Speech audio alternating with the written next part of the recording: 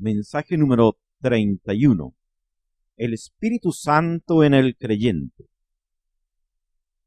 Juan capítulo 14, verso 16. Yo rogaré al Padre y os dará otro consolador para que esté con vosotros para siempre.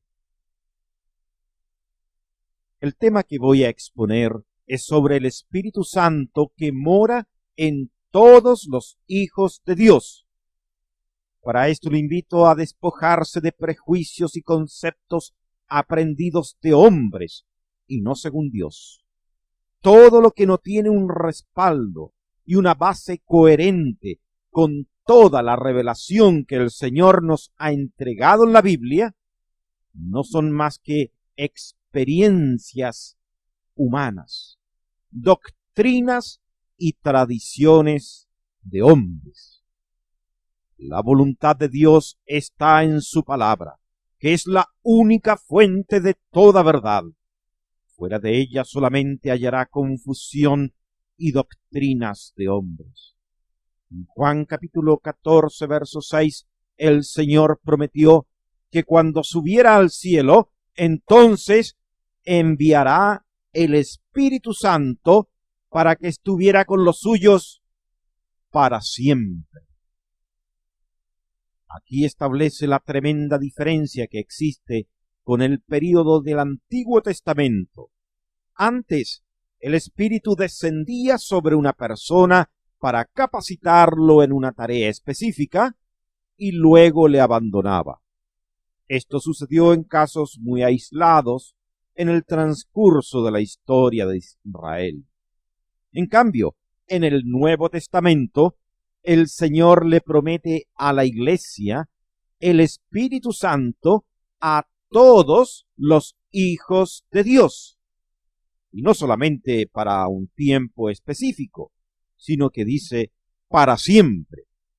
Porque en el día de hoy, cada cristiano es templo del Espíritu Santo.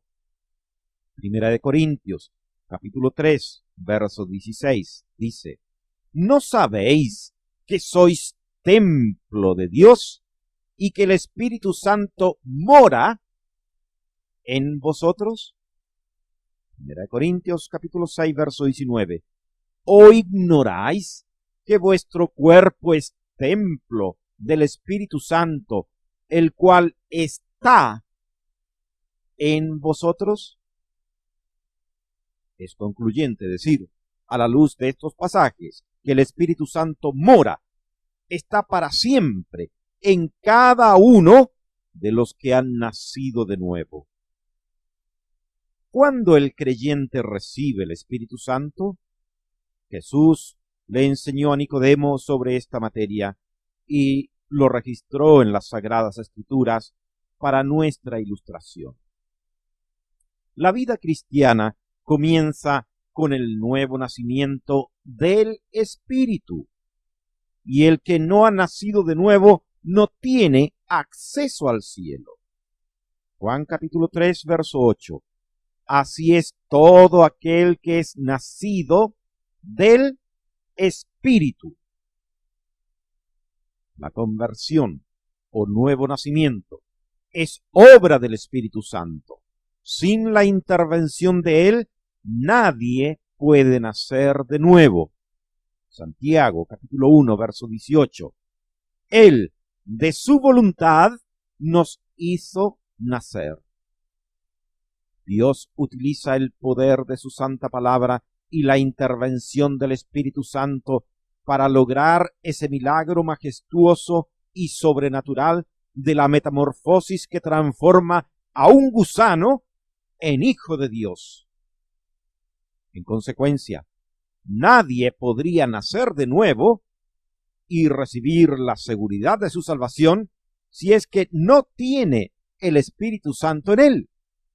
Porque el que ha pasado por ese proceso maravilloso de la conversión, ahora es templo del Espíritu y él mora, está y permanece en nosotros.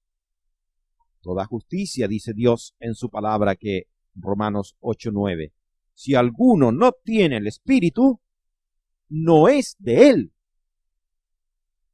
Esta obra y bendición que Dios nos entrega a través del Espíritu Santo el día de nuestra conversión es tan compleja que el Señor emplea diferentes términos para destacar o enfatizar diversas bendiciones que hemos recibido desde cuando nacimos de nuevo. Por ejemplo, también llama a esta experiencia el ser sellado con el Espíritu Santo. Se emplea en alusión a los sellos reales que daban autoridad irrevocable a todos los documentos y leyes que lo tuvieran. Esta figura la utiliza para hacernos comprender el carácter real del Rey de Reyes e irrevocable que tiene nuestra salvación. Tiene origen divino. Está legalizada con un documento oficial, la Biblia. Y Dios mismo ha puesto su sello, el Espíritu Santo. Cuando se hace mención al sello del Espíritu Santo, es para destacar la seguridad plena y absoluta que, como dice en Primera de Juan, capítulo 3, verso 2, ahora somos hijos de Dios. Y que esa condición no se puede perder. En el infierno no podrá encontrar ningún hijo de Dios. Quizás un ejemplo, aunque parezca prosaico, nos puede dar una idea del alcance del significado sellado. Los granjeros marcan sus animales con un sello que nadie puede borrar, y esto lo hacen para que no se pierdan o los roben. Así también el Señor ha marcado sus ovejas con su sello y nos asegura que, Juan capítulo 10, verso 28, yo conozco mis ovejas y no perecerán jamás, ni nadie las arrebatará de mi mano. Por lo tanto, cuando se refiere al hecho de haber recibido el Espíritu Santo a consecuencia de haber nacido de nuevo, y lo define como el sello del Espíritu Santo, no es una experiencia diferente, sino que solamente ahora lo emplea para destacar la seguridad de nuestra salvación que recibimos el mismo día de nuestra conversión. Efesios, capítulo 1, verso 13. También vosotros, habiendo oído la palabra de verdad, el evangelio de vuestra salvación, y habiendo creído en él, fuisteis sellados con el Espíritu Santo. Dice que, habiendo creído, fuimos sellados con el Espíritu Santo. Esta misma verdad confirma en el capítulo 4, verso 30. No contristéis al Espíritu Santo de Dios, con el cual fuisteis sellados para el día de la redención. El día de la redención es el día del arrebatamiento de la iglesia. Estos dos versículos de Efesios nos dicen que fuimos sellados desde el día que creímos en el Evangelio y seguirá con nosotros hasta el día que el Señor venga a buscarnos. Es lo mismo que ratifica en Gálatas capítulo 3, verso 2. Recibimos el Espíritu Santo cuando oímos con fe. Algunos se asustan con esta tremenda y preciosa verdad y preguntan si cuando pecamos el Espíritu Santo permanece con nosotros. Antes de responder, hemos de establecer algunos principios bíblicos. ¿Existe algún creyente que no peque? El apóstol Pablo dice en Romanos capítulo 7, verso 18 al 20, yo sé que en mí, esto es en mi carne, no mora el bien, porque el querer el bien está en mí, pero no el hacerlo. Así que queriendo yo hacer el bien, hallo esta ley, que el mal está en mí, el pecado que mora en mí. Ni aun el apóstol pudo escapar a esta terrible realidad, que aunque somos salvos judicialmente de la condenación del pecado y que ahora somos templos del Espíritu Santo y Él mora en nosotros, el pecado también sigue morando en cada uno de nosotros. Pecamos cada día con los hechos, miradas, pensamientos, etc. Ningún creyente puede pasar ni un solo día en plena santidad sin pecar. Y si alguno dice que no peca, ya ha pecado, mintiendo. En 1 de Juan, capítulo 1, verso 8, dice de los cristianos, de los que ya somos hijos de Dios, si decimos, el apóstol se incluye, si decimos que no tenemos pecado, nos engañamos a nosotros mismos y la verdad no está en nosotros.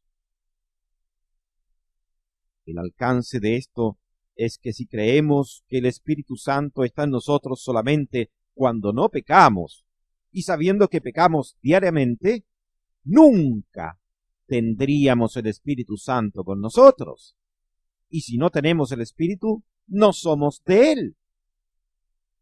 Como el Espíritu Santo no nos abandona, es que nos puede redarguir cuando pecamos. Se constriñe, se duele, pero no nos abandona. Se queda y nos exhorta hasta hacernos volver al Señor. Alguno preguntará, ¿y qué hay de aquellos que pecaron y permanecen en el pecado y nunca regresan a la comunión con el Señor? La respuesta es muy simple. Nunca fueron del Señor. Un creyente puede caer, pero no permanecer en esa condición indefinidamente. El hijo pródigo se fue muy lejos, pero aún, apacentando cerdos, fue redarguido hasta hacerle volver en sí. Únicamente de esta forma pudo regresar a la casa de su padre. Nunca se puede dejar de ser hijo de Dios, porque el Espíritu Santo jamás nos abandona. Habiendo establecido este principio bíblico básico, que todos los que creímos el Evangelio, por ser una obra suya, al intervenir directamente en nuestro nuevo nacimiento, ese mismo instante de nuestra conversión, recibimos el Espíritu Santo, el cual permanece para siempre en nosotros, porque pasamos a ser templos del Espíritu. Ahora estamos en condiciones de esclarecer los otros términos o definiciones que utiliza la Biblia para referirse al Espíritu que mora en nosotros. En otras ocasiones he puesto el mismo ejemplo. Lo vuelvo a mencionar porque me parece muy claro. El Espíritu Santo es como un precioso diamante que Dios ha puesto en nosotros, donde cada una de sus caras refleja un color diferente de esa luz divina, pero continúa siendo una sola joya. Nacer del Espíritu, recibir el Espíritu, el derramamiento del Espíritu, ser sellado con el Espíritu, la unción del Espíritu, el bautismo del Espíritu. Cada una de estas facetas proyectan, reflejan diferentes colores de esa persona, de la Trinidad de Dios, que vino a morar en nosotros el día que nos hizo nacer de nuevo. Pero continúa siendo una sola experiencia, como también es una sola la persona del Espíritu Santo. Es un solo diamante con diferentes cortes que el artista divino ha esculpido para que lo apreciemos mejor. Por ejemplo, en 2 Corintios capítulo 1, verso 21, emplea indistintamente el sello y la unción. Dice, el que nos ungió es Dios. Y de paso aclaramos que no es hombre alguno el que unge, es Dios. El que nos ungió es Dios, el cual también nos ha sellado y nos ha dado las arras del Espíritu en nuestros corazones. Arras es lo que se entrega en prenda y señal de un contrato, especialmente en los tiempos bíblicos cuando no existían los documentos legales que lo acreditaran. Pablo, escribiendo a los cristianos más carnales del Nuevo Testamento, a la iglesia de Corinto, les dice: el que nos ungió es Dios, el cual también nos ha sellado. En este pasaje se establecen varias verdades que en nuestros días han sido puestas de lado por los hombres. En primer lugar, se determina en forma categórica e incuestionable que el que unge con el Espíritu Santo es Dios. Ningún hombre puede, sin faltar a la verdad, atribuirse ese derecho que le corresponde solamente a Dios. Y en segundo lugar, que aquí dice que ser ungido es ser sellado con el Espíritu Santo. Es lo mismo que leímos en Efesios, capítulo 1, verso 13. Habiendo creído en el Evangelio, fuisteis sellados con el Espíritu Santo. ¿Cuándo fueron sellados? Cuando creyeron en el Evangelio. Esto prueba que ser ungidos se refiere a la experiencia de todos los que hemos creído el Evangelio. Y sucedió, obviamente, el mismo día de nuestra conversión, porque nacimos por la intervención del Espíritu. No podría ser de otro modo, porque la unción fue representada en el Antiguo Testamento por el acto de ungir con aceite a los reyes y sacerdotes en el día que eran asignados por Dios para esas funciones. Es decir, primero eran ungidos, luego cumplían sus deberes como reyes y sacerdotes. La unción se realizaba para reconocerles como tales. En el Antiguo Testamento, Dios nos habla por medio de figuras, sombras de la realidad que habría de venir. Todos entendemos y reconocemos que el aceite representa al Espíritu Santo. Y como la Biblia establece que ahora todos los hijos de Dios somos reyes y sacerdotes, es fácil de comprender, porque dice que todos somos ungidos. Primera en Apocalipsis capítulo 1, verso 6, dirigiéndose a todos los creyentes, nos dice que somos, todos nosotros, los hijos de Dios, los que formamos la iglesia, somos reyes y sacerdotes. En Primera de Pedro capítulo 2, verso 9, también nos recuerda que somos real sacerdocio. Por lo tanto, resulta muy natural que diga que todos fuimos ungidos, todos los hijos de Dios. Esto es lo que confirma igualmente en Primera de Juan, capítulo 2, verso 20, hablando de una experiencia que es común a todos los creyentes. Dice, dirigiéndose a todos los hijos de Dios: vosotros tenéis, no dice tendrán ni tendríais, en tiempo presente, categóricamente lo afirma. Vosotros tenéis la unción del Santo. Y en el versículo 27 añade: y la unción que vosotros recibisteis permanece en vosotros. Y no tenéis necesidad de que nadie os enseñe, así como la unción misma os enseña todas las cosas y es verdadera. Resulta muy evidente por medio de estos pasajes que todos los creyentes somos ungidos del Señor. En la iglesia no existen algunos privilegiados que sean ungidos y otros no. Existen algunos la creencia, porque así se les enseñó, que únicamente los que somos pastores somos los ungidos. Pero eso no es correcto a la luz de la Biblia. Al igual que los romanistas, que sostienen que solamente los del clero son sacerdotes, y menos aún los que consideran santos. Esos los nombran en forma muy especial y muy particular. Entre los evangélicos está propagándose también el mismo error, pero con la gravedad que se acostumbra a llamar solamente al pastor como el ungido y denominar a esa única persona en la iglesia en forma singular el ungido. Eso es sumamente grave. Eso es suplantar a la persona bendita del Señor Jesucristo. Siempre que la Biblia utiliza el ungido en singular y en forma específica, es para referirse al Señor Jesucristo. A Él solamente le corresponde ese nombre, el ungido.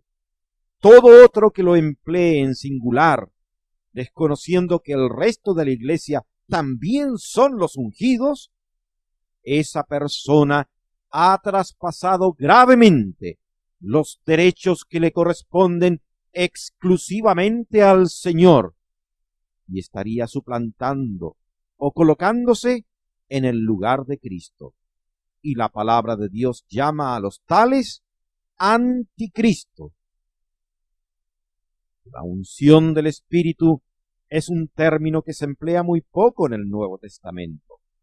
En Hechos capítulo 10, verso 38, refiriéndose al Espíritu Santo, cuando descendió sobre el Señor Jesucristo en forma de paloma, en el momento en que se bautizó en el río por Juan, dice: después del bautismo que predicó Juan, Dios ungió con el Espíritu Santo y con poder a Jesús de Nazaret. Aquí se ve muy claramente que cuando el Señor fue ungido, no habló en lenguas. Él, quien se sometió a todas las experiencias espirituales del cristiano, incluyendo el bautismo en agua, jamás habló en lenguas.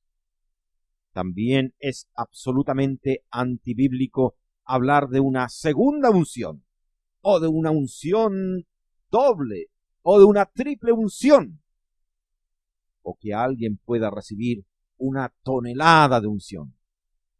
Aunque para algunos parezca una necedad el solo hecho de mencionarlo, debo aclararlo, porque son términos muy usados por los comerciantes de la fe. El Señor dice en Juan capítulo 3, verso 34, Dios no da el Espíritu por medida. Él no entrega la mitad el día de nuestra conversión y después el doble del Espíritu, o no nos otorga 1 kilo cuando aceptamos al Señor para posteriormente entregarnos 1 tonelada. El solo hecho de mencionar estas definiciones me resulta incómodo e irreverente. Me cuesta aceptar que puedan existir personas con un grado de inteligencia tal que crean estas necedades. Pero el Señor dijo que amarán más la mentira que la verdad. El día de nuestra conversión somos transformados en una nueva criatura, con una doble naturaleza, la carnal y la espiritual. La que alimentemos más será la que se exteriorice en nuestras vidas. Si alimentamos diariamente nuestras vidas con la palabra de Dios y vamos continuamente hasta el trono de su gracia en oración, creceremos espiritualmente. Pero eso no significa que el Espíritu vaya creciendo en nosotros. Simplemente que irá tomando más control de nuestras vidas. Este precioso don del Espíritu Santo solamente en 2 ocasiones fue entregado por medio de la imposición de manos de los apóstoles. Y fue hecho de esa forma excepcional por motivos muy específicos que no se vuelven a repetir. En Hechos, capítulo 8, cuando Felipe predicó por primera vez a los samaritanos, estos creyeron y Dios retuvo el descenso del Espíritu Santo sobre ellos hasta que vinieran los apóstoles Pedro y Juan para que fueran testigos oculares que Dios no hacía acepción de personas, porque judíos y samaritanos no se trataban entre sí. De esta forma la iglesia de Jerusalén aceptó sin discusión el testimonio de los apóstoles y Dios impidió una división en la iglesia que estaban haciendo. Esa fue la única razón por la cual, en ese caso particular, Dios retuvo el descenso del Espíritu Santo sobre los samaritanos que habían creído hasta que llegaran los apóstoles y confirmaran con sus propios ojos esta gloriosa realidad. En Hechos capítulo 19, un grupo de discípulos de Juan el Bautista, habiendo creído en el Señor Jesucristo, pero ignoraban la existencia del Espíritu Santo. Pablo les enseñó, fueron bautizados. Entonces el apóstol puso sus manos sobre ellos para que recibiesen el Espíritu Santo. Existieron señales que fueron hechas exclusivamente por los apóstoles, y obviamente que sólo para el tiempo de ellos. A ellas apeló Pablo para defender su apostolado, porque eran credenciales de un apóstol, no de todas las personas, no de todos los creyentes. Dice en 2 Corintios, capítulo 12, verso 12, las señales de apóstol han sido hechas entre vosotros en toda paciencia por señales, prodigios y milagros. Bien sabemos que esa no fue la norma como descendió el Espíritu Santo en la iglesia primitiva. Solamente fueron excepciones por motivos particulares. Aún en el día de Pentecostés vemos que los 3,000 que se convirtieron recibieron el Espíritu Santo directamente de Dios y no por imposición de manos. Antes de concluir, quiero referirme al bautismo con el Espíritu Santo. Hechos, capítulo 1, verso 5 dice, Juan ciertamente bautizó con agua, mas vosotros seréis bautizados con el Espíritu Santo dentro de no muchos días. Durante la fiesta de Pentecostés, el Espíritu Santo descendió por primera vez sobre los cristianos. En esa ocasión, Hechos capítulo 2, versos 17 al 18, se le definió como el derramamiento del Espíritu Santo. Aquí vale destacar dos grupos que fueron bautizados con el Espíritu Santo. Primero descendió sobre 120 que comenzaron a hablar en más de 16 idiomas, dejando atónitos a la multitud que les oía hablar en sus propios idiomas maternos, porque se habían congregado en ese lugar judíos que venían de diferentes lugares del mundo. Luego Pedro predica el Evangelio, se convierten como 3,000 y también fueron bautizados con el Espíritu. Verso 38. Pero estos no hablaron en lenguas. El descenso del Espíritu durante la fiesta judía de Pentecostés fue en forma espectacular para que el mundo creyera. Y tomando el relato en su conjunto, vemos que para el mismo acontecimiento la Biblia emplea diferentes términos. Hechos, capítulo 1, verso 5, el bautismo del Espíritu Santo. Hechos, capítulo 2, verso 17, el derramamiento del Espíritu Santo. Hechos, capítulo 2, verso 38, el don del Espíritu Santo.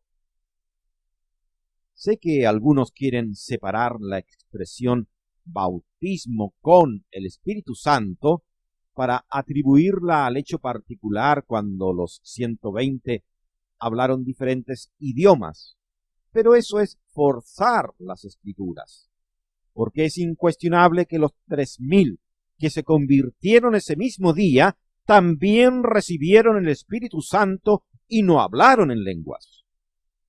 Creo que primeramente es necesario establecer el significado de la palabra bautismo. Aquí todas las denominaciones coinciden al explicar que ese es un vocablo procedente del griego y que significa sumergir, zambullir, meter dentro. Por este motivo, cuando se practica el bautismo en agua, se mete dentro de ella a la persona que se bautiza. Esto es lo que significa, y ningún diccionario de extranjerismo resiste otra interpretación. Entonces, ¿por qué cuando se trata del bautismo con el Espíritu Santo se cambia su significado? ¿Con qué autoridad se hace? No podemos manipular las palabras para que digan lo que nosotros queramos creer. Eso no es inteligente ni correcto, no es honesto. La palabra bautismo significa únicamente eso y así debemos interpretarla. Incluso en el mismo contexto de este pasaje de Hechos capítulo 2 se aprecia con nitidez que ese es el sentido con el cual se emplea aquí. Dice aún sobre el bautismo en agua, que los que fueron bautizados fueron añadidos a la iglesia. Hechos 2:41. Así que los que recibieron su palabra fueron bautizados. Y se añadieron aquel día como 3,000 personas. Verso 47. Y el Señor añadía cada día a la iglesia los que habían de ser salvos. Cuando la Biblia habla de ser bautizados con el Espíritu Santo, es para enseñarnos que hemos sido introducidos dentro del cuerpo, que fuimos añadidos a la iglesia. El creyente nace de nuevo y es incorporado, es introducido a la Iglesia Universal de Cristo el mismo día de su conversión. Si el Señor hubiera venido el mismo día de su conversión, usted se hubiera ido con él, porque ya formaba parte de su iglesia, la cual él vendrá a buscar. Es evidente entonces que emplea la definición de bautizar con el Espíritu para señalar que somos introducidos dentro de la Iglesia Universal. Eso es lo que nos enseña también en 1 Corintios capítulo 12, verso 13. En el versículo anterior y el que sigue está hablando del cuerpo de la iglesia. Y dice en el versículo 13, porque por un solo espíritu fuimos, algunos, solamente los pastores, lea con atención, porque por un solo espíritu fuimos todos, incluyendo a estos hermanos tan carnales de la iglesia de los Corintios, porque por un solo espíritu fuimos todos bautizados en un cuerpo. Todos fuimos introducidos, sumergidos, zambullidos, incorporados a ese cuerpo espiritual que es la Iglesia Universal. En este capítulo 12 establece de una forma perentoria que no todos hablan lenguas, porque existe diversidad de dones, pero sin embargo instituye una verdad innegable, que todos los que formamos parte de la iglesia del Señor hemos sido bautizados con el Espíritu Santo. Apreciado hermano en el Señor, desde el mismo día que creyó, tiene el Espíritu Santo morando en usted, porque ahora es templo de Él. Deje que el Espíritu Santo se manifieste en su vida, dando los frutos que indica la palabra de Dios. Y de paso, aclaramos que los frutos son los que dice Gálatas 5:22 y no lo que normalmente define el hombre como frutos. Lea usted y léalo por usted mismo. Gálatas 5:22. Los frutos del Espíritu son amor, gozo, paz, paciencia, benignidad, bondad, fe, mansedumbre, templanza. Que así sea. Amén.